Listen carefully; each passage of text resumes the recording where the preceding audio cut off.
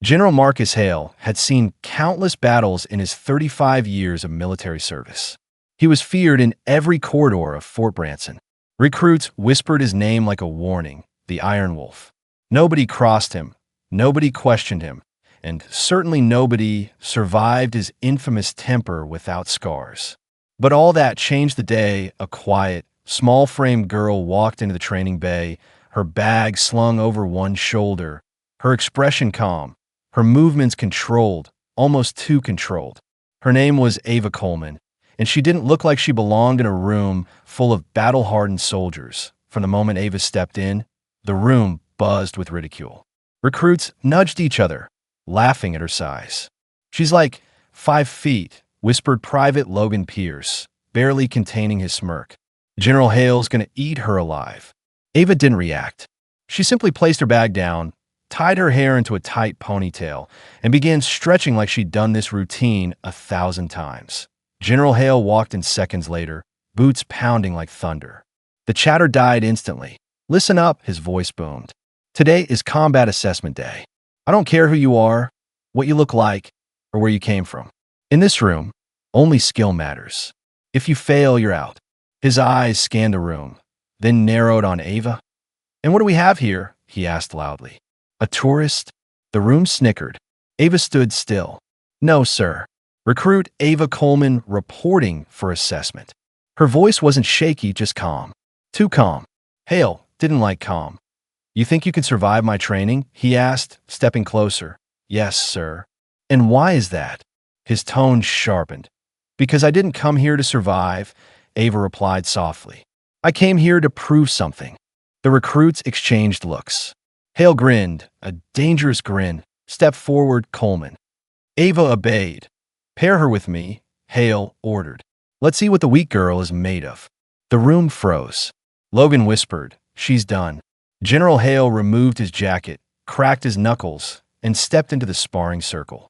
Ava stood across from him, posture relaxed. Too relaxed. Hale mistook it for fear. He charged. Ava didn't flinch. Hale swung. A controlled but heavy strike to test her reflexes. His palm connected with her shoulder, a soft hit by Hale's standards, but enough to knock any regular recruit off balance. Ava didn't even budge. Hale blinked. She slowly lifted her eyes to meet his. There was no anger, no fear, only calculation. 5 seconds later, everything changed. Ava moved, so fast most recruits only saw a blur. She pivoted, redirected Hale's weight, trapped his wrist, swept his leg, and twisted his arm behind his back in a single fluid motion. The Iron Wolf was face down on the mat, screaming, "Stop! Stop! My shoulder, Coleman!" The room erupted in shock. The general, crying for help. Ava released him instantly and stepped back. Hale rolled on his side, clutching his arm, stunned and humiliated. He stared up at Ava, breath shaking. What was that?" he demanded. "A basic redirect, sir," Ava replied politely. "You overcommit your strike." Logan whispered, "Overcommit?" She folded a general like a lawn chair. Hale sat up slowly. "Who trained you?" Ava hesitated. "My father, sir." "And who is your father?" Ava inhaled. "Commander Daniel Coleman."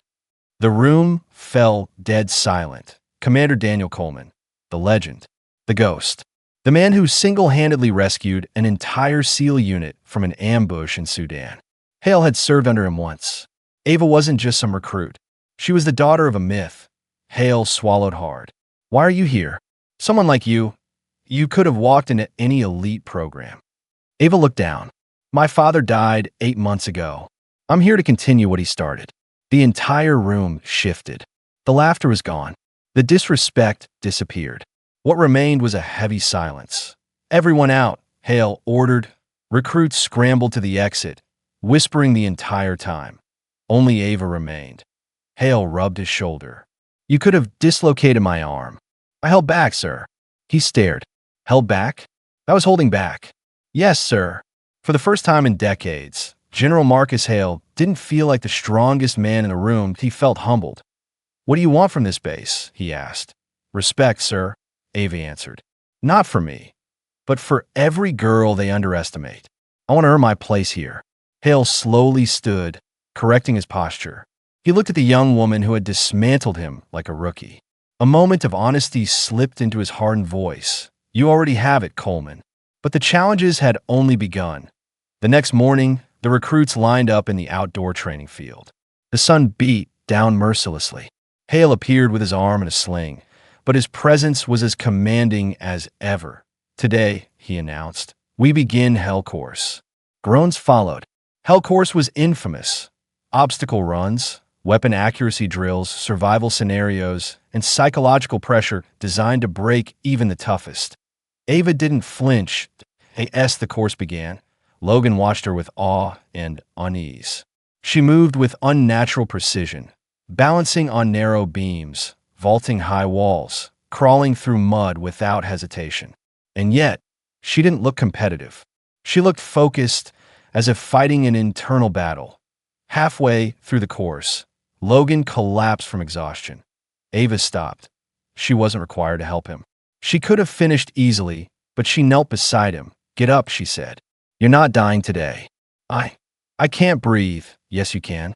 Look at me. She lifted him with surprising strength and supported him until medics arrived. Hale watched from afar. He wasn't angry. He wasn't amused. He was proud. That evening, Hale called her into his office. You had the best time on the obstacle course, he said. Why stop to help Pierce? Because speed doesn't matter if you lose your humanity, sir. Hale looked at her for a long moment. Your father said something like that once.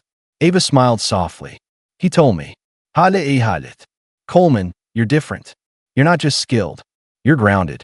But this base will test you harder than anything you've faced. I know, sir. And people will try to break you. They already have, sir. Halit nodded. And yet you're still standing. Then, unexpectedly, he extended his uninjured hand. Welcome to my unit, Coleman. Ava hesitated only a second before shaking it. She didn't join Fort Branson that day. Fort Branson joined her point 3 weeks later at 2:13 a.m. Alarms blared across the base. An intruder alert. The base went into lockdown.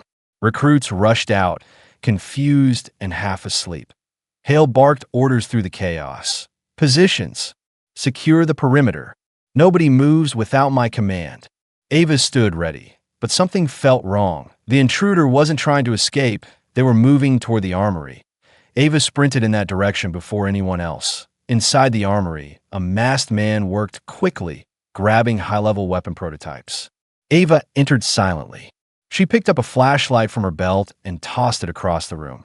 The intruder turned at the noise that a moment was all she needed. Ava launched herself forward, her hand striking pressure points with deadly accuracy. The intruder staggered, swinging a large wrench at her. Ava ducked, rolled, grabbed his wrist, and twisted until the tool fell. Then she swept his leg, pinned him to the ground, and yanked off his mask. Logan gasped from the doorway. Is that Sergeant Blake? Yes, that a decorated sergeant. Caught stealing experimental weapons. Blake glared at Ava. You think you're a hero? You don't know what you're getting into. Hale arrived seconds later, eyes widening. Ava, how did you instinct, sir? Blake snarled. She's not one of us. She'll ruin everything. You promoted a child. Hale's voice turned cold. No, Blake. I recognized a soldier. Ava stood silently. Blake spit near her boots. Your father would be ashamed. Ava's face hardened. My father died protecting soldiers like you. Shame doesn't belong to me. Hale looked at her with real admiration. You saved this base tonight. Ava lowered her head in respect. Just doing my duty, sir. But she didn't feel like a hero. She felt something else. Pain from remembering her father. BY mourning. Everyone knew what happened. Ava wasn't just the weak girl. She had done what even senior soldiers failed to do. Stop betrayal within the ranks. Recruits treated her differently now. Some with respect. Some with fear. Some with genuine admiration. Logan approached her at lunch. Hey, I was wrong about you. Ava smiled. You weren't wrong. Just early. Are you always this calm? He asked. No, she admitted. I'm just good at hiding chaos. Before Logan could respond, General Hale entered the mess hall. Attention, he commanded. Silenced, he walked to the center, sling still around his arm. I want to address something, he began. 3 weeks ago, I underestimated a recruit. I judged her by her size, her quietness, and her appearance. That mistake cost me a dislocated shoulder and taught me humility. Recruits laughed softly. Ava looked down, embarrassed. Hale continued. Last night, that same recruit saved this base. She acted with courage, discipline, and honor, traits that define a true soldier. He turned toward Ava. Recruit Ava Coleman. Step forward. She did. By the authority of Fort Branson's command structure, I am officially promoting you to lead combat specialist of this unit. Gasps filled the room. Ava's eyes widened.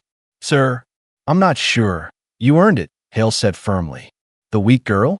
She never existed. Just a warrior waiting to be recognized. Logan clapped first. The entire hall followed. Ava wasn't used to applause. She simply bowed her head. Hale spoke again. Coleman, your father would be proud. A tear slid down her cheek before she could stop it. Thank you, sir. And that was the moment when the base finally understood a lesson that should have been obvious from the beginning. Never underestimate someone because they look weak. Strength isn't always loud. Sometimes it's calm, silent, and unstoppable. Ava Coleman came to Fort Branson to prove something. She ended up changing the entire culture of the base. And before we end, if you love this story, don't forget to subscribe to our channel. Grow for Justice for more powerful, inspiring, and action-packed stories like this one. Tell me in the comments, for which country are you watching?